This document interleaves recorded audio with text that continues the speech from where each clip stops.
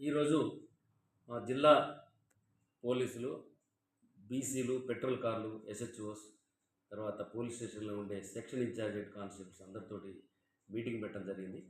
ముఖ్యంగా ఈ మీటింగ్లో టోటల్గా ఈ నైటు తర్వాత 24 అవర్స్ తిరిగే మా బీసీలు, పెట్రోల్ కార్లు వాటి వర్క్ మీద మనం రివ్యూ చేయడం జరిగింది. 100 డైల్ కాల్స్ మీద చాలా ఇంపార్టెంట్గా అందరికీ మాట్లాడి దాని మీద కాన్సన్ట్రేట్ చేసే విధంగా వీళ్ళందరినీ కూడా ఇప్పుడు ఇన్స్ట్రక్షన్స్ చేయడం జరిగింది.